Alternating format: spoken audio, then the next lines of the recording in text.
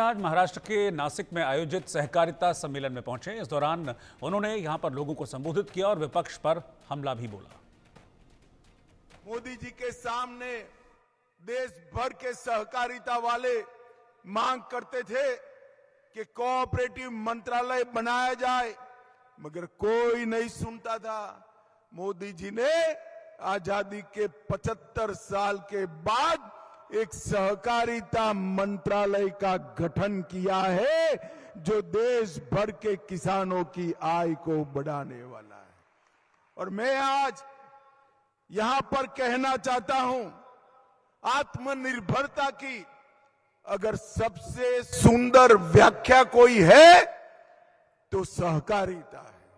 सहकारिता के बगैर किसान आत्मनिर्भर नहीं बन सकता, उन्नत नहीं बन सकता और समृद्ध भी नहीं बन सकता।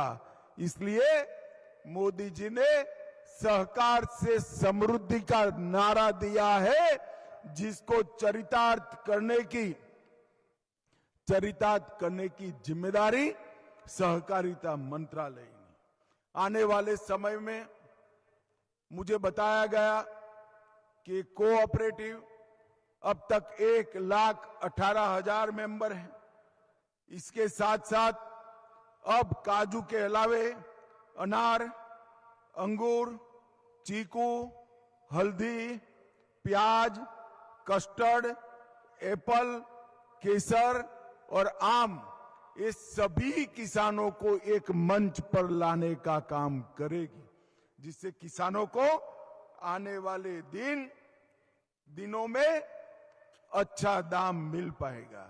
भाइयों बहनों, आज जब मैं यहां आया हूं तब बहुत सुंदर ड्रिप की व्यवस्था देखी है। 74 करोड़ लीटर का जल भंडारण करने वाले 5 तालाबों को देखा है और 80% खेती यहां पर ड्रिप इरिगेशन से होती है। मैंने आज शिवाजी राव को कहा है कि लेबोरेटरी तो आपने बनाई ही है, इसकी ऑर्गेनिक लेबोरेटरी का भी साथ में डाल दीजिए, भारत सरकार आपको मदद करेगी। क्योंकि जब तक किसानों को ऑर्गेनिक का सर्टिफिकेट नहीं मिलता, ऑर्गेनिक प्रोडक्ट के दाम नहीं मिलते। और मोदी जी ने अब जो सहकारिता मंत्रालय बनाया है, वो सहकारिता मंत्रालय ने ऑर्गेनिक खेती करने वाले किसानों के उपज को पैकेजिंग और मार्केटिंग के लिए भारत ऑर्गेनिक कोऑपरेटिव लिमिटेड बनाया है। ये ऑर्गेनिक कोऑपरेटिव लिमिटेड मल्टीनेशनल होगा।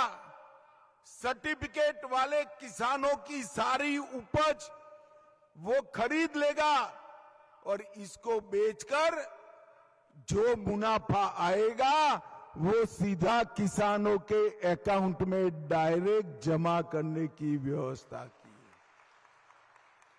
मगर ऑर्गेनिक खेती करनी है, विश्व के ऑर्गेनिक के बाजार में हमारा माल बेचना है, तो हमें सर्टिफाइड प्रोडक्ट भी चाहिए और सर्टिफाइड भूमि भी चाहिए। ये दोनों का सर्टिफिकेशन ये वेंकटेश्वरा कोऑपरेटिव करेगी आने वालों दिनों में। अब बात अमेरिका में अवैध प्रवासियों के खिलाफ ट्रंप के सुपर एक्शन की। ट्रंप की शपथ लेने के बाद पहले ही दिन 538 अवैध प्रवासियों को गिरफ्तार किया गया। 373 अवैध प्रवासियों को हिरासत में लिया गया। ये सभी अपराधी हैं और इन पर रेप, हत्या